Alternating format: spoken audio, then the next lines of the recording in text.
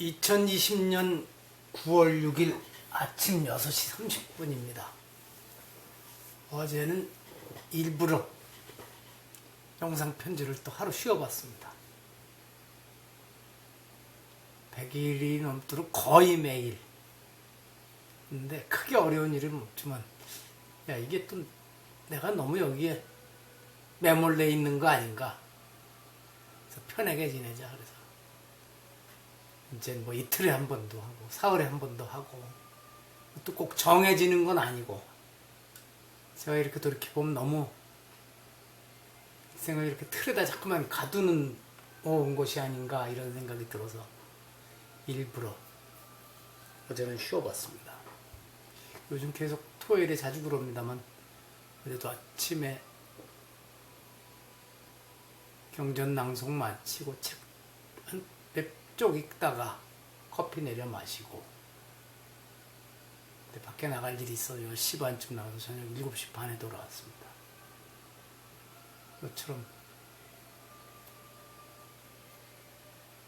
저 요즘 금산면에 아주 골짜기 안에 있는 계곡 물도 좋더라고요. 염소고기 하는 집에 가서 염소 전골로 점심을 모처럼 푸짐하게 먹었습니다. 예전에 강원도 집거 시절에 진부의 장수 같은 이런 데서 그렇게 염소 전골을 아주 잘해서 좋아했었는데, 거기에 2006년 수해에 쓸려 내려갔었죠. 거기 생각도 했습니다. 어제 또 밖에 그러고 다녀서 또 짧은 시간에 이렇게 소식들 들어온 거 보면은 캄보디아의 아주 큰 담수 호수죠. 내륙 호수인 시엠립 그쪽에 가까이에 있을 텐데, 거길 근거지로 살아가는 사람들이 아주 많고, 그렇게 어업으로 살아가는 사람들 뿐만 아니라 그 호수가 주변 농경지를 다 풍요롭게 해주고 그러는데, 아주 빠른 속도로 물이 말라가고 있답니다. 이게 캄보디아 단독으로 해결할 수 있는 문제도 아니고, 그 물줄기 위쪽을 쥐고 있는 게 중국인데, 그 관계 여러 가지가 또 중국 혼자만 책임을 질 문제도 아니고, 슬픈 일들이 계속 일어나고 있습니다. 이런 얘기를 하면 누가 그러죠? 인류 역사가 계속 그러지 않았느냐. 그래서 계속 그랬을 것 같아요. 근데 이제 과거와 달리 이제는 그걸 해결할 능력도 여러 가지로 갖추었을 텐데, 과학기술을 그걸 해결하는 쪽으로 쓰는 것이 아니라 오히려 그런 사태를 더 악화시키는 쪽으로 악용되는 측면이 많기 때문에 그래서 걱정입니다. 또 하나 또 안타까운 소식. 중국이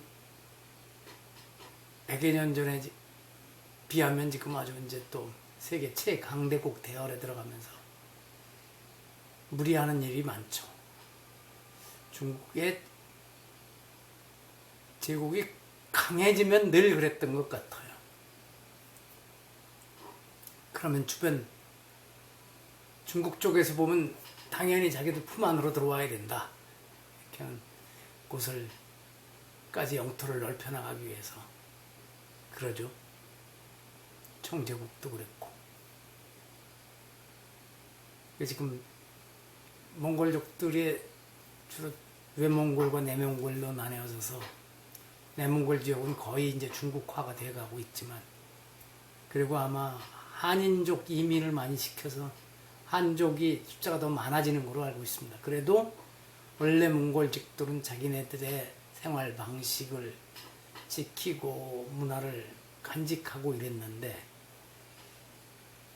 중국 정부에서 그쪽에도 그 몽골의 문화를 다 잠재우려고 무리한 수단들을 쓰고 있는 모양입니다. 그게 서북 쪽의 위구르나 또 티벳은 이미 오래 그렇게 진행이 되어 왔었고 한데, 어찌 보면 이것은 불안감이겠죠. 중화제국이 지금 불안해서 여유로울 적엔 그 다양성을 인정해 주는데, 개인도 그렇고 국가도 그렇고 아마 종교조직도 그럴 것입니다. 나와 다른 것, 우리와 다른 것을 용납해주지 못한다는 것은 불안하다는 증거가 라고 저는 봅니다. 지금 중국은 중국대로 참 불안한 것 같습니다. 또 그 틈새를 이용해서 미국은 주변에 인도, 베트남과 접근하면서 중국에 대한 견제구를 날리고 모른 몰라도 아마 티베트, 위구르 이쪽 관련돼서도 또 뭔가가 이루어지고 있을 겁니다. 하긴 몽골이 외몽골, 내몽골에서 외몽골이라도 독립을 유지하고 있는 것은 한편으로는 역설이죠. 소련이, 러시아가 이 몽골에 대한 두려움이 있었고 그랬는데 또 중화제국에 대한 견제도 있어서 그 몽골을 독립시켜서 청제국으로부터 떼내고 나중에 신해혁명 이후에 중화제국에서 떼냈기 때문에 그래서 외몽골은 또 어려움을 많이 겪었죠. 소련 체제 속에. 하지만 한편으로는 그 덕분에 또 독립을 유지하고 있습니다. 예. 개인만 세옹지마가 있는 것이 아니고 국가와 민족도 그런 세옹지마가 있습니다. 또 이건 뭐 슬프다 기쁘다 이런 그런 고락의 문제나 아니면 좋아하고 아니고의 문제하고는 별개입니다만 어제 중앙일보에 보니까 유럽 최대의 성매매 업소가 50년간 하루에 1000명 이상 몰리더랍니다. 독일에 어디 있다는데 에로스 센터라고 했는데 이게 이번 코로나 사태 때문에 문을 닫게 됐답니다. 그래서 저는 뭘 그런 데를 관심을 가지 않은 사람도 있겠지만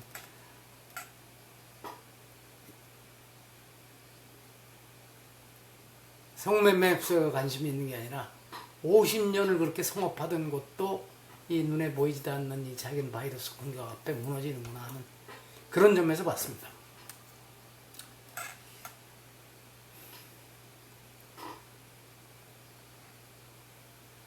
어제 또 재밌는 뉴스도 있었죠.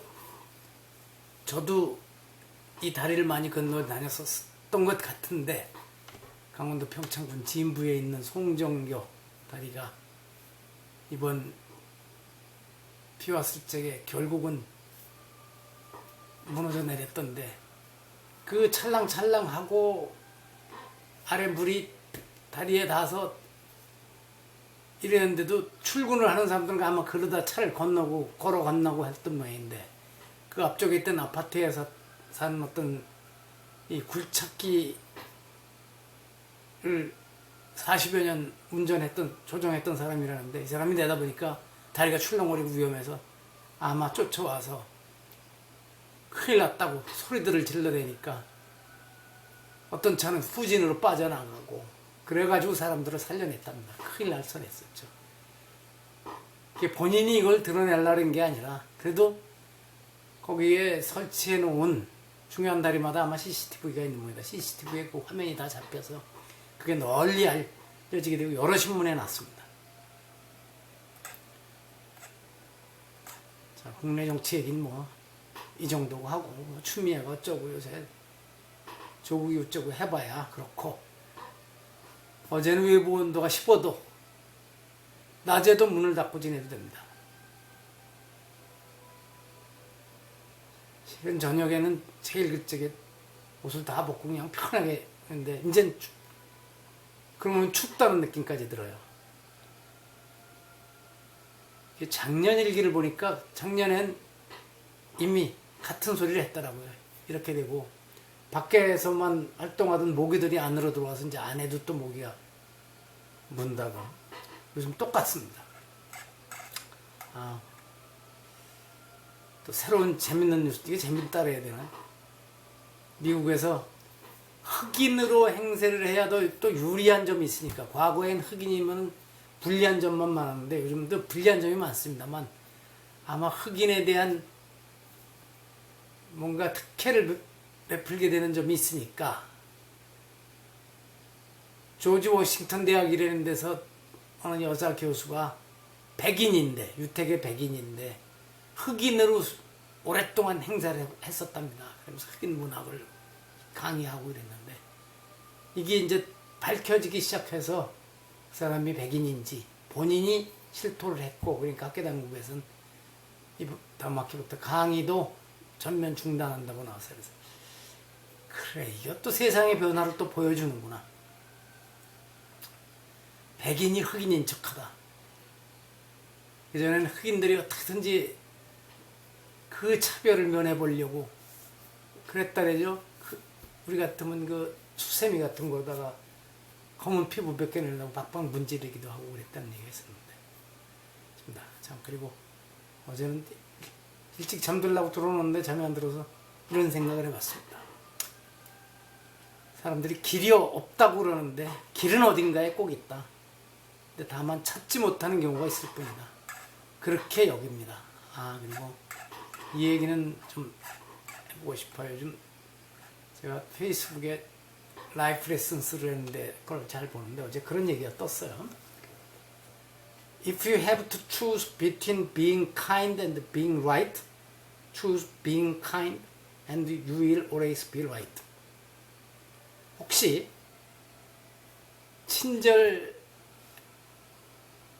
지내는 것과 아니면 정의롭게 지내는 것 사이에 둘 중에 하나를 택해야 한다면 꼭 그런 일이 있겠습니까만, 하여튼 그 세상 사람들과 친절하게 지내는 것과 난 정의롭게 살 거야, 두 가지 길 중에 하나를 선택해야 한다면 친절한 쪽을 선택하라. 그렇게 되면 항상 정의로울 수 있을 것이다.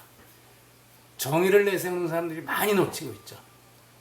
정의를, 자기가 세우는 정의의 기준을 가지고 그걸 실현하기 위해서 친절은 말할 것도 없고 사람들을 어떤 땐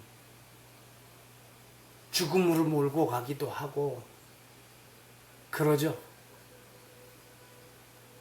여러 차례 말씀드렸지만 진시황도 그랬고 히틀러도 그랬고 스탈린도 그랬습니다. 요즘 또 그런 모습들을 많이 보는데 대개 그런 사람들이 무슨 정의이라고 하는데 그렇게 정의만 내세운다 해서 친절해지기는 어려운데 친절한 쪽을 택하면, 사랑과 연민을 택하면 오히려 늘 정의로운 결과를 가져올 수도 있다고 하는 이 말이 좋아서 어제 또 담아놨습니다. 자, 오늘 영상 편지 143번째는 어려운 일이 계속 이어진다고요? 뭐 이런 제목으로 해봤습니다. 이 말을 쓰게 된 거는 며칠 전에 그저께 읽었을 거예요. 수어지 10권 중에 4권째 권 물은 양산으로라는 편인데 거기에 이런 말이 나오죠. 우리도 많이 하는 얘기입니다. 복은 짝지어 오지 않고 화는 홀로 오는 법이 없다. 이 아마 송강이 얘기한 건가 무송인가 모르겠습니다. 그렇죠. 힘들게 되면 그런 느낌이 들죠. 왜 복은 한꺼번에 2-3개, 10개 왜 안 오고. 근데 여기서는 화내는 화가 아닙니다. 화를 겪는다 할 적입니다.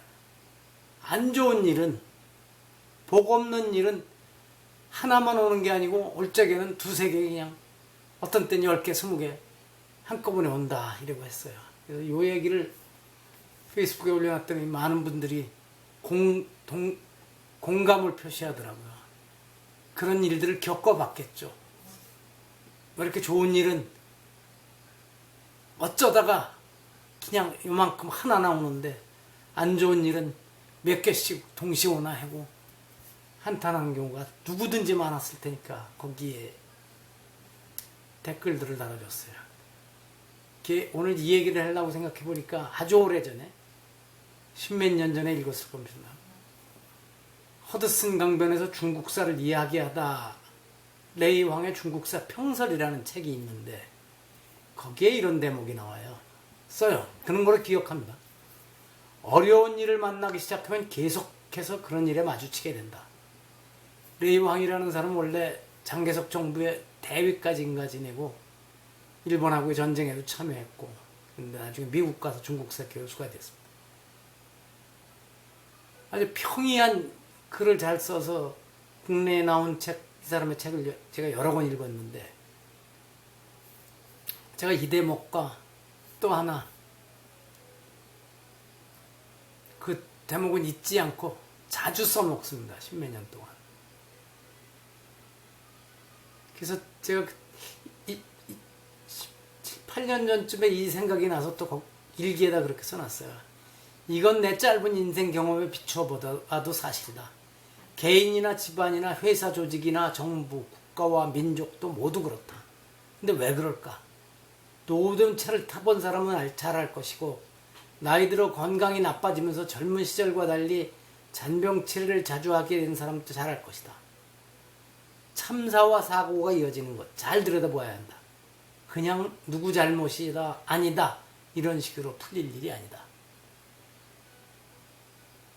그러니까 아까 수호제 나온 복은 짝지 오지 않고 화는 홀로 오는 법이 없다, 이 대목을 똑같은 말은 아니래도 저도 가끔씩 힘들 적에 왜 이렇게 힘든 일만 계속 닥쳐 이러고 하는 일이 있습니다만, 돌이켜보면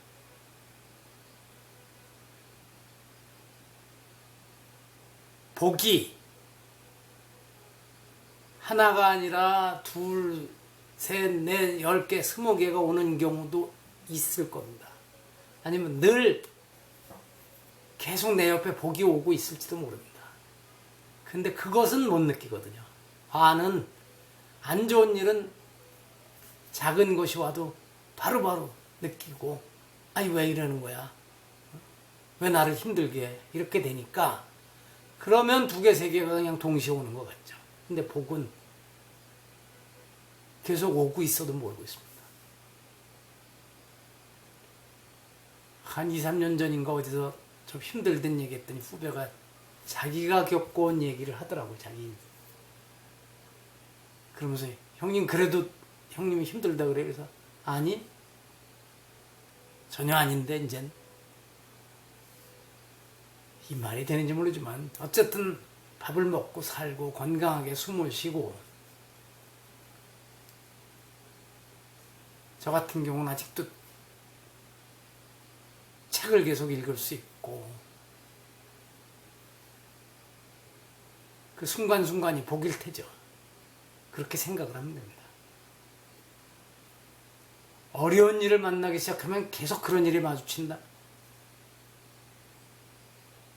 그렇게 느끼기 때문입니다.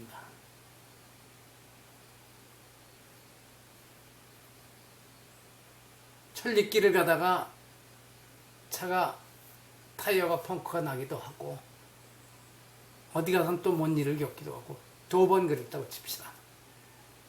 그럼 천리길 중에서 그 순간이 몇 번이죠?